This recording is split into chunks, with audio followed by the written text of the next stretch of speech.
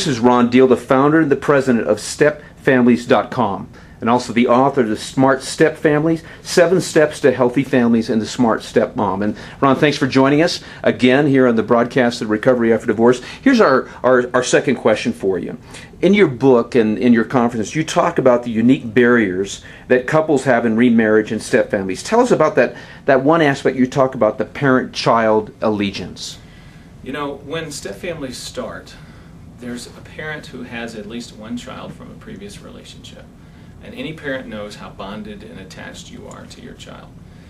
That relationship predates the couple's relationship. Now that makes things a little bit backwards right from the get-go, because the kid knows, hey, I came first. And they're not quite as invested in the success of the couple as the couple is. And so it sets up a bit of a competition, if you will, for loyalty. If the biological parent doesn't, in effect, make their spouse their first priority. Not to say that they're going to neglect their children from this point forward, but to just declare to everybody, hey, look, me and my new spouse, we're in this thing for life, till death do us part. There's no division here. That puts coupleness into the priority where it can now, again, be the foundation for parenting and the rest of the home. But if a biological parent is unwilling to do that, then in effect they say to their child, look, you have more priority and you have more power in this home than does the step-parent.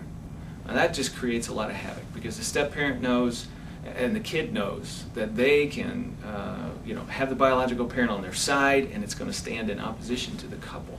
That never works well on behalf of the family. Again, it's a balancing act. It's not saying you're no longer loyal to your kid, you're no longer going to care and nurture for your child. You must continue to do that. But at the same time, you have to declare a long-term commitment, a covenant relationship that will not be broken to your spouse, so that your child understands that and all your friends and family around you understand that. And most importantly, so the step-parent knows that they've been elevated in status within the home. They need to be honored. Yes. They need to be honored. The parents or any of the kids don't need to feel like they're second class. And it really sets the couple up to be leaders. You know, the couple up to be leaders, not just the biological parent, but now the step-parent is a part of that team. That's good. You know, Ron, I know you've been doing a study with Dr. David Olson. That's one of the largest studies in remarital couples ever. What have you been finding in general about remarriages compared to first-time marriages? You know, it's really interesting. I worked with Dr. Olson and his team, and we ended up writing 2 books, the Couple Checkup book and the Remarriage Checkup book. That's the book specifically for couples, remarriage relationships, and those within step families. And one thing just really rose to the surface. One of the big surprises for me was how powerful fear is in a remarriage relationship. Let me tell you what I mean. When you come into a marriage after you've already been burned, I think it was Mark Twain that said, a cat that sits on a hot stove won't sit on a hot stove again. And then he added, of course, neither will it sit on a cold stove. I mean, what he's saying is, after you get burned, you get guarded and cautious. You don't want to get burned again. Well, apply that to a marriage. You go through a situation, either by death or by divorce. You've gone through a tremendous loss.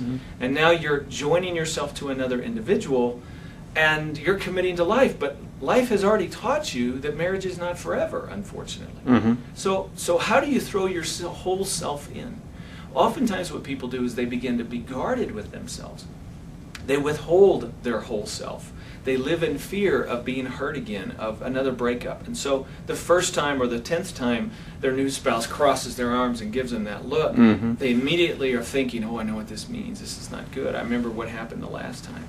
And so they go into panic mode and they start withdrawing from the relationship, or they get overly critical, and all sorts of negative things happen.